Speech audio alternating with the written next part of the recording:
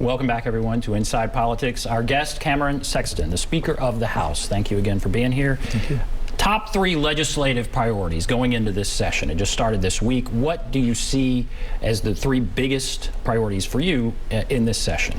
Well, I mean, obviously we're going to continue to look at the budget and be conservative. We're really afraid about inflation. I think there's just new numbers that show it's gone even higher, 7% potentially.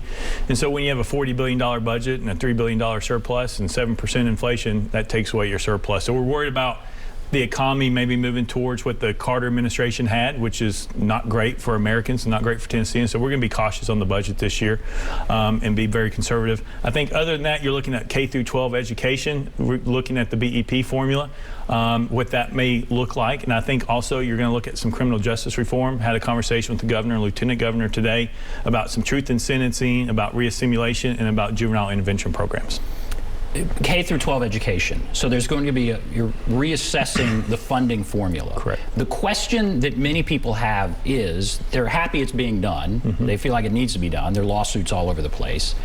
Will there be more money given to education, or are you talking about just reallocating how the money we already spend is distributed? No, the governor's committed to increasing education funding, so there'll be more money going into the formula. He hasn't made the determination with how much that is. But really what he wants to do is take a very complicated, complex BEP formula and make it more simplistic where everybody can understand. But we want to raise the level of participation in the base amount of K through 12 for everybody. But then you also want to have some for outcome performance of school systems. It doesn't make sense to reward school systems for zero ability to be great. Right now they're rewarded the same as the worst. So base plan for everybody, and then for those high achievement school districts, give them some extra money in there as well. So extra money. Correct. So where does that extra money come from? Well, so once again, we have a $3 billion surplus. Now's the time to take some of that reoccurring money and put in through K through 12 education and bring us up to maybe the Southeast average or somewhere in there. But I will just say, funding alone will not solve our educational problems, because there's schools in our state that spend a lot that have great success, and there's those that spend a lot that have no success. So there's a leadership problem inside the school systems too, sometimes, that need to be worked out. There's some talk about education funding reform will mean school vouchers.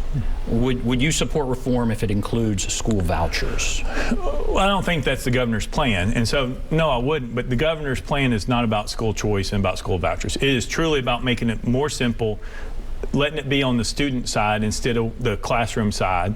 And so I think it's a definition change, and people are worried about it. But today, when we're talking to him, it has nothing to do about school choice. It's about K through 12 public education, about increasing the base amount and having some parameters in there to reward people. Do you have some idea at this point how much additional money you may be talking? I don't, but I think it's in the hundreds of millions. We'll have to wait and see. It would be, I think, probably one of the largest increases that we've ever had.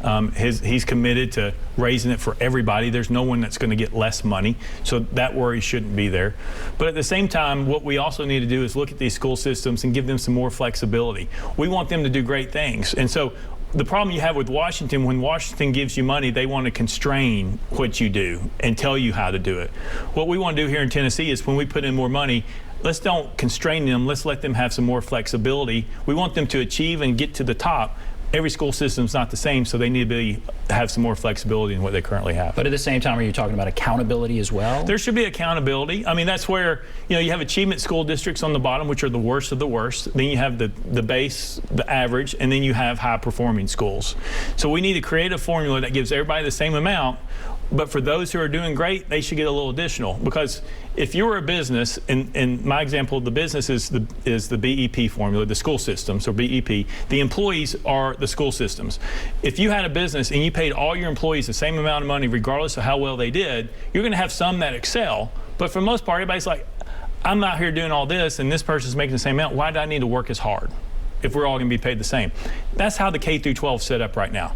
So let's, in this example, pay everybody the same, but then you have bonuses in there. If you do great work, you should be rewarded more than the average or the worst.